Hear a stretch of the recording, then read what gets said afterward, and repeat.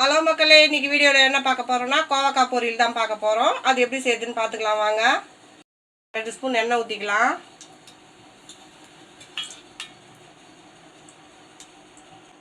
அரை ஸ்பூன் கடுகு சேர்த்துக்கலாம். அரை ஸ்பூன் கடலைப்பருப்பு சேர்த்துக்கலாம். இது நல்லா பொரியட்டும்.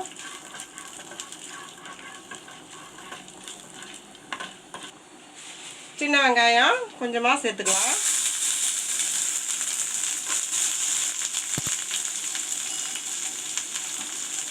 இதையும் சேர்த்து நல்லா வதக்கிக்கலாம். ஒரு கொத்து கருவேப்பிலை சேர்த்துக்கலாம். இதையும் சேர்த்து நல்லா வதக்கிக்கலாம்.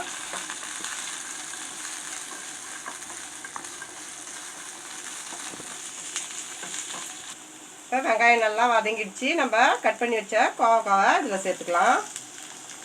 நான் ரவுண்ட் ரவுண்டாக கட் பண்ணி வச்சுக்கிறேன். நீங்கள் நீட்டாக வேணாலும் கட் பண்ணிக்கோங்க. இது நல்லா வதக்கிக்கோங்க.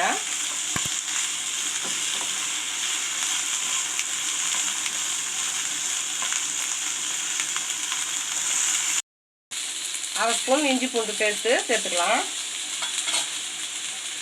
இதையும் சேர்த்து நல்லா வதக்கிக்கலாம்.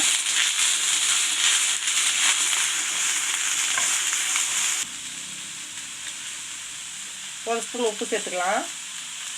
தனி மிளகாத்தூள் 1/2 ஸ்பூன் சேர்த்துக்கலாம்.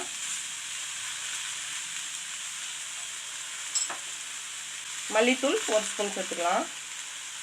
கரம் மசாலா அரை ஸ்பூன் சேர்த்துக்கலாம். மஞ்சத்தூள் 1/4 ஸ்பூன் சேர்த்துக்கலாம்.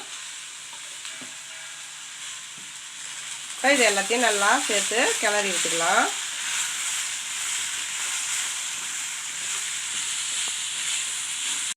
காய் வேகிறதுக்கு அரை கிளாஸ் தண்ணி சேர்த்துக்கலாம். இது எல்லாத்தையும் நல்லா கலந்து விட்டுருங்க. இப்போ ஒரு மூடி போட்டு மூடி வச்சுக்கலாம்.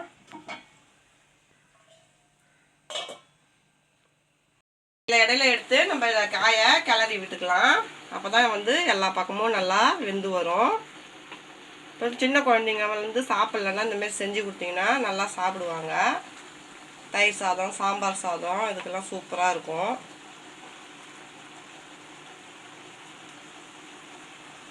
இப்போ மூடி வச்சிடலாம். தண்ணிலாம் நல்லா சுண்டிடுச்சு.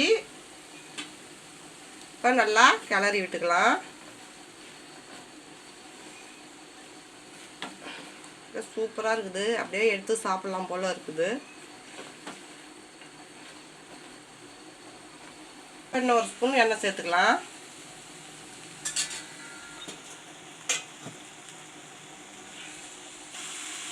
இப்போ நல்லா கிளறி விட்டுக்கலாம். இதை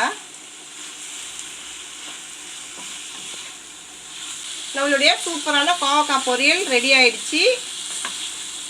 பாருங்கள், செம்மையாக இருக்குது. இப்போ இந்த ஒரு பிளேட்டுக்கு மாற்றிக்கலாம்.